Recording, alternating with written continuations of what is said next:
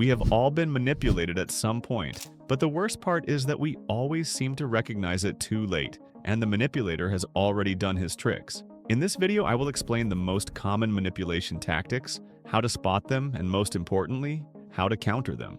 Let's start with the most common one, gaslighting. Gaslighting is a manipulation tactic where someone intentionally makes you question your memory, your perception, or your sanity. It usually happens gradually through repeated denial, contradiction, or dismissal of your experiences. For example, if you confront someone about their behavior and they respond with, "That never happened," or "You're imagining things," despite clear evidence, this is gaslighting. To counter it, you need to establish mental anchors to reality. One of the most effective tools is documentation, whether that's journaling, saving conversations, or reflecting immediately after events while your memory is fresh. But beyond evidence, the deeper solution is developing self-trust. When you trust your own perception more than you seek validation from others, gaslighting loses its grip. The manipulator relies on your dependence on their version of reality. Once you're internally grounded, their version becomes irrelevant. Second, guilt tripping. Guilt tripping works by making you feel morally responsible for someone else's disappointment, sadness, or struggle. The manipulator weaponizes your empathy, framing your reasonable decisions as cruel or selfish. What's critical here is understanding the distinction between guilt and responsibility. You are responsible for your actions, not their emotions. If your friend says, "Wow, I guess our friendship isn't important to you," because you didn't meet a certain demand, they're not expressing hurt. They're trying to control. To counter this, you must reassert your boundaries without justification. The more you explain yourself, the more ammo you give them. You can say, "I understand you're upset, but I made the right choice for me." Then stop. Silence is powerful. It communicates that guilt won't sway your direction, and eventually the manipulator is forced to deal with their own emotions rather than outsourcing them to you.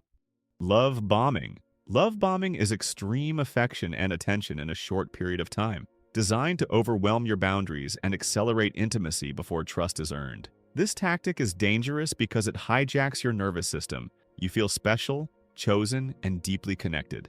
But love bombing isn't love. It's control wearing a mask of charm. It creates dependency, so when the manipulator later withdraws that affection, you chase it. The counter is simple in theory, but difficult in practice. Slow down the pace of emotional involvement. No matter how intense the connection feels, time is the only real filter.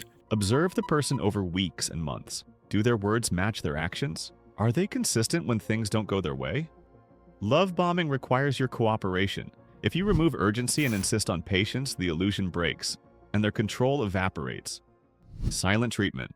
The silent treatment is not about needing space. It's a deliberate strategy to punish and control. It's meant to make you feel anxious, unworthy, and desperate for their attention. When someone suddenly withdraws communication without explanation, they are placing themselves in a position of power. They want you to chase, apologize, or question what you did wrong. The best response is emotional neutrality. Don't reward their silence with energy. Go on with your life. When you stop trying to fix what isn't yours to fix, the control dynamic collapses. Eventually, the manipulator will either return with less power or they'll remove themselves entirely, which is a gift because true connection doesn't use silence as a weapon. Playing the victim. People who constantly play the victim are not always seeking support. They're seeking control. By casting themselves as helpless, they make others feel obligated to fix, support, or protect them, even when they're the ones causing the problem. This tactic thrives in empathic environments, but real empathy doesn't mean endless rescuing. To counter this, observe patterns over isolated moments. Does this person always seem to be the victim, no matter the situation? Do they avoid responsibility for their role in conflicts? When you spot the cycle, shift from sympathy to neutrality. Offer support only if they show accountability. Otherwise, just step back. If you keep carrying their emotional weight, you're not helping them grow, you're just becoming their crutch. False urgency. Manipulators create fake urgency to override your critical thinking. You're pressured to act fast before you can reflect. It happens in toxic relationships, high-pressure sales, or even within families. It usually sounds like, if you don't decide right now, you'll lose everything. But real urgency is rare, and when someone forces speed, they fear scrutiny. The counter-move is a firm pause. Say to yourself, if it's a good decision now, it'll still be a good decision tomorrow. Take time to reflect. Ask questions. Sleep on it. By reclaiming time, you reclaim control. Most manipulators collapse when their pressure fails because they never expected you to think clearly. Negging. Negging is disguised as backhanded compliments. The goal is to subtly lower your self-esteem so that you seek approval from the very person who insulted you. It sounds like, "You're cute for someone who doesn't work out," or "I usually date smarter girls, but you're fun." The trick is that your brain fixates on earning back the approval. But the truth is that people who play these games aren't offering real validation.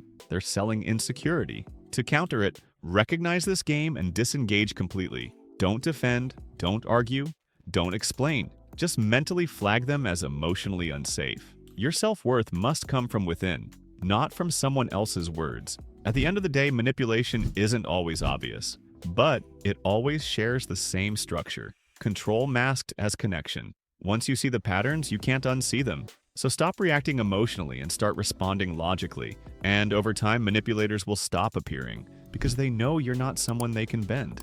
Thank you for watching. If you like this video, you might like this one too. Click here.